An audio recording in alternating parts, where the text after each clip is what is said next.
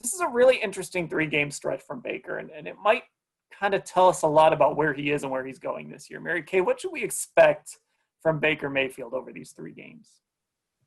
Well, I think the number one thing to expect from Baker Mayfield going forward in these next 3 games is to eliminate the mistakes. You can't be throwing an interception in every single game. If he does that, right now he's got 2 in 2 games. That puts him on pace for 16 for the season. He had 21 last year. So he's got to cut down on the picks. That's just number one. I mean, it's the way he started out the game last week, and it's the way he finished the game with a red zone pick, a horrible, really, decision last week or Thursday night against the Bengals. And it just, when I see that, it just says to me, like, he's really got to make better decisions. He only attempted 23 passes, okay? Only 23 passes. His counterpart, Joe Burrow, attempted 61 passes and didn't throw an interception, okay? So Baker can't be throwing 1 out of 23.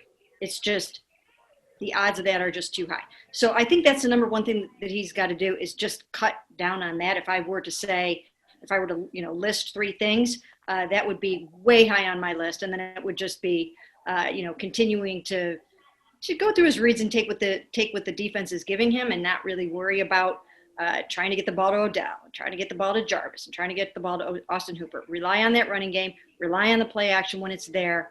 But first and foremost, cut down on the mistakes.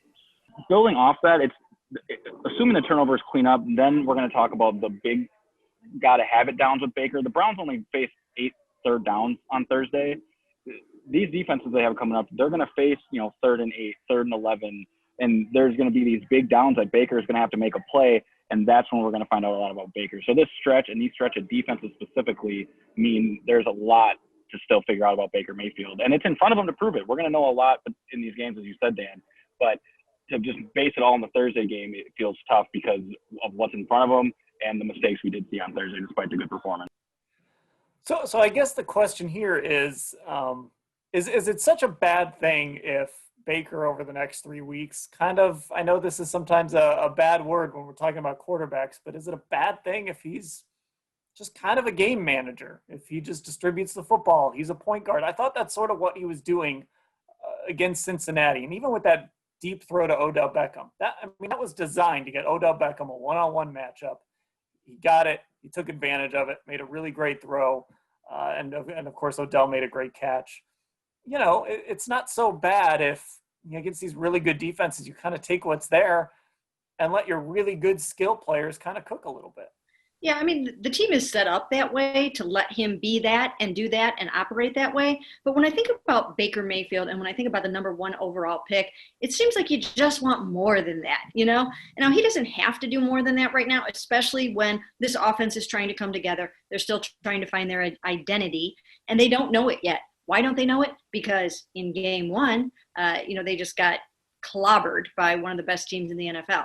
Then they come out the next week and they did pretty well against one of the worst defenses in the NFL. So we don't really know what Baker Mayfield is yet. And if he does turn out to be more of a game manager, at least over the next 3 weeks or so, that you're right, that wouldn't be the worst way to go, because Washington comes in here leading the NFL with 11 sacks. Okay, that's a lot of sacks. They sacked Carson Wentz 8 times in their opener. I don't expect that to happen against the Browns because their offensive line is really good. But still, this is a pretty darn good defense when they get rolling.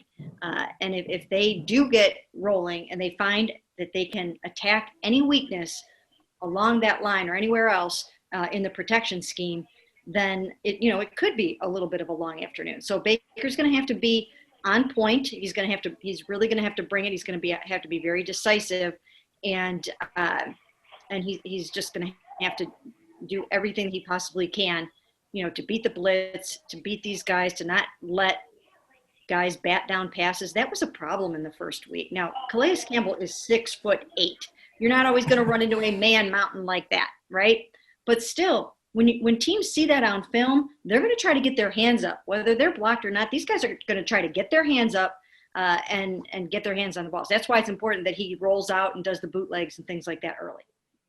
Yeah, the Browns got an embarrassment of riches on offense in their skill position for this reason. Kevin Stefanski, whether it's Baker Mayfield or as he showed last year with Kirk Cousins, wants to call a game where the ball is in the quarterback's hands less and they strike when the opportunity presents itself. So if we see, third down runs from Kareem Hunt or Nick Chubb, that may be a strength of this offense rather than asking Baker to do too much. That's why they went out and got Austin Hooper. That's, this is a little more complicated, but a part of the reason why Odell Beckham Jr. hasn't been traded yet. And perhaps now what's going on in Minnesota with Stephon Diggs being traded and the offense, not the passing game completely being off, might tell us a little bit more about really Odell's value to this team, despite it not showing up in the stat sheet all that often. So getting the ball to the playmakers and less of Baker ever having to throw 61 times. Browns fans just aren't going to see that. But that's the way Andrew Berry and Kevin Stefanski have made this team start in the offseason.